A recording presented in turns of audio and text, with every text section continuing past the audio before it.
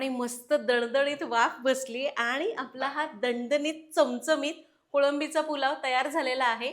नेहमीपेक्षा थोडा वेगळा केलाय, ताज्या वाटणातनं केलेला आहे आणि त्यामुळे चवीला लय भारी लागतो. बघायची रेसिपी तर व्हिडिओ शेवटपर्यंत बघा आणि आवडला तर काय करायचंय, लाईक करा. नमस्कार, सरिताच्या स्वयंपाकघरात म्हणजेच आपल्या सरिताज किचनमध्ये आज आपण करणार आहोत मस्त ताज्या ताज्या वाटणामधला कोळंबीचा पुलाव, किंवा तुम्ही याला कोळंबी बिर्याणी म्हणा किंवा कोळंबीचा भात म्हणा, जे नाव द्यायचे ते आपण एकदा नक्की करून बघा. एकदम स्टेप बाय स्टेप सुटसुटीत रेसिपी सांगणार आहे. रेसिपीला सुरुवात करूया.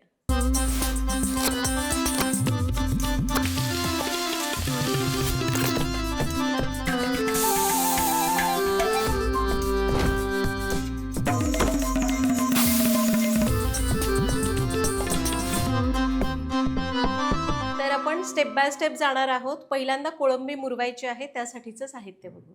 तर त्यासाठी आपण अर्धा किलो सोललेली कोळंबी घेतली आहे, तिला स्वच्छ धुवून निथळून घेतलं. त्याचबरोबर लागेल अर्धा चमचा हळद, 1 चमचा बिर्याणी मसाला, चवीपुरतं मीठ, 1 चमचा बेडगी मिरची पावडर आणि अर्धा लिंबाचा रस. तर कोळंबी मी सोलून अर्धा किलो घेतली आहे बरं का, अशी अर्धा किलो नाही. समजा तुम्ही 1 किलो अशी अख्खी कोळंबी आणली, सोलल्यावरती जवळपास अर्धा किलो भरते.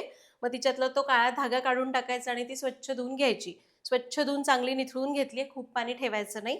यामध्ये घालूयात लिंबाचा रस,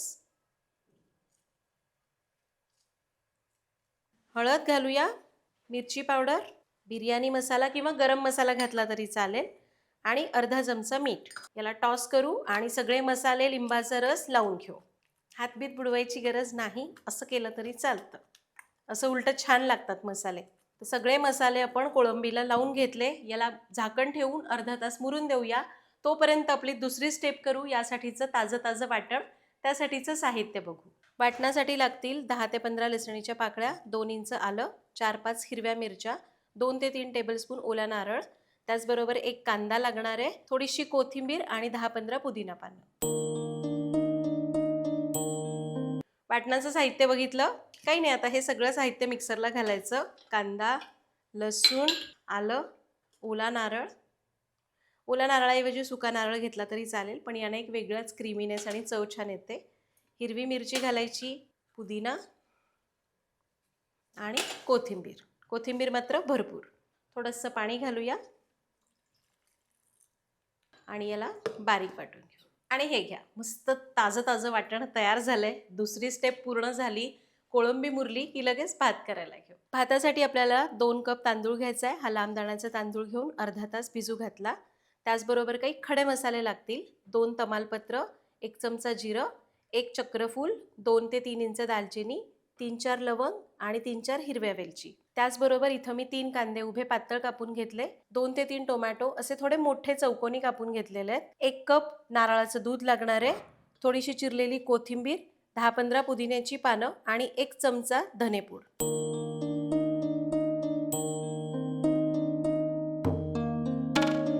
तर आता कोळंबी मुरत ठेवून अर्धा तास झालाय. खरं तर 15 मिनिट झालेली आहेत, पण आता आम्हाला हे तुम्हाला दाखवायचं म्हणून आम्ही 15 मिनिट आधीच करायला घेतलं. यामध्ये 2 चमचे तेल घालूया आणि हे तेल आपलं सरिताज किचनचं लाकडी घाण्याचं आहे, जे शुद्ध पारंपरिक आहे, ज्यामध्ये केमिकल्स वापरले जात नाहीत. एकदा जरूर वापरून बघा. ऑर्डर करण्याची लिंक डिस्क्रिप्शन बॉक्समध्ये दिलेली आहे. तेल घातलंय, याच्यासोबतच आपण 2 चमचे तूपही घालूया. तुम्हाला पाहिजे तर संपूर्णपणे तेल वापरलं तरी चालेल, संपूर्णपणे तूप वापरलं तरी चालेल. तेल आणि तूप गरम झालं, यामध्ये खडे मसाले घालूया. मसाले थोडे परतायचे आणि मग यामध्ये घालूया कांदा. आता गॅस मी मोठाच ठेवणार आहे आणि कांदा असं छान तांबूस रंगाचा होईपर्यंत परतणार आहे. कांदा तांबूस परतला की चव चांगली येते. मग ते बिर्याणीला म्हणूनच बघा बिरिस्ता वगैरे वापरतो आपण. बिरिस्ता वेगळा करायचा नाही, या तेलातच कांदा चांगला तांबूस करायचा. हे बघा, कांदा आपण हलका हलका सोनेरी केलाय. आता यामध्ये घालूया तयार केलेलं वाटण. वाटण घालू आणि परतूया. आता या वाटणाला चांगलं 3-4 मिनटं तेल सुटेपर्यंत परतायचं. 3-4 मिनटं याला मी झाकूनच परतलं, कारण अंगावर उडत होतं ना, म्हणून. याला बघा, मस्त आता ह्याच्यातलं पाणी आटलेलं आहे. वाटण मस्त परतलं गेलंय. आता घालूया टोमॅटो. टोमॅटो ना थोडा मोठा मोठा चिरायचा, मग छान लागतो भातामध्ये. मसाले भातात पण मोठा चिरायचा. आता टोमॅटो पण एक खूप नाही, 3-4 मिनटं परतूया. हलकासा मऊ व्हायला पाहिजे. तर याला पण मी मस्त 3-4 मिनटं झाकून परतलं. मध्ये मध्ये परतून घ्यायचं, झाकून ठेवायचं. टोमॅटो हलके हलके मऊ झालेले आहेत. आता यामध्ये आपण घालूया धणेपूड, थोडासा पुदिना घालायचा, भरपूर अशी कोथिंबीर घालायची चिरलेली. पुदिना मी अख्खा तसाच घातलाय, कोथिंबीर चिरून घातली. याला मिक्स करायचंय. आता पावडर्ड मसाले आपण आधीपासूनच म्हणजे हळद मीठ वगैरे याच्यात घातले होते, त्यामुळे आता घालणार नाही. आता आपण डायरेक्ट यामध्ये घालूया मुरवलेली कोळंबी घालू आणि याला मिक्स करून घेऊ. तर कोळंबी आपण परतून घेतली. आता यामध्ये घालायचंय 1 कप नारळाचं दूध. नारळाचं घट्ट दूध 1 कप घालते मी, अगदी थोडंसं पाणी घालते. 1 कप दूध घातलं आणि 1.5 कप पाणी घालायचं. याला मिक्स करून घेऊया.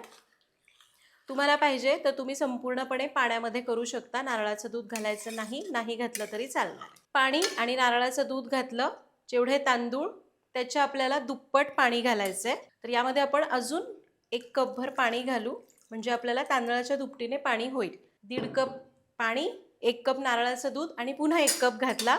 अगदीच लागलं तर आपण पुन्हा वरनं थोडं पाणी घालूया. आता याच्यामध्ये मीठ घालायचं आहे. लक्षात घ्या, आपण कोळंबीमध्ये मीठ घातलं होतं, त्यामुळे आत्ता त्या अंदाजाने मीठ घाला. याला मिक्स करूया. याच्यावर झाकण ठेवायचं आणि एक उकळी आणायची. आणि हे बघा, याला आता चांगली उकळी आलेली आहे. याला मिक्स करूया.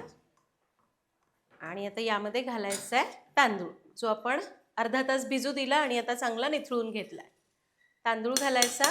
तुम्ही कुकरमध्ये करता ना, त्याला सुद्धा असंच करायचं. उकळी येऊ द्या आणि मग त्यामध्ये तांदूळ घाला. याला मिक्स करून घेऊ. सगळं छान मिसळलं. आता याच्यावर झाकण ठेवायचं आणि याला मंद आचेवर भातातलं पाणी पूर्ण आटेपर्यंत, तांदूळ पूर्ण शिजेपर्यंत, कोळंबी पूर्ण शिजेपर्यंत असंच ठेवायचं.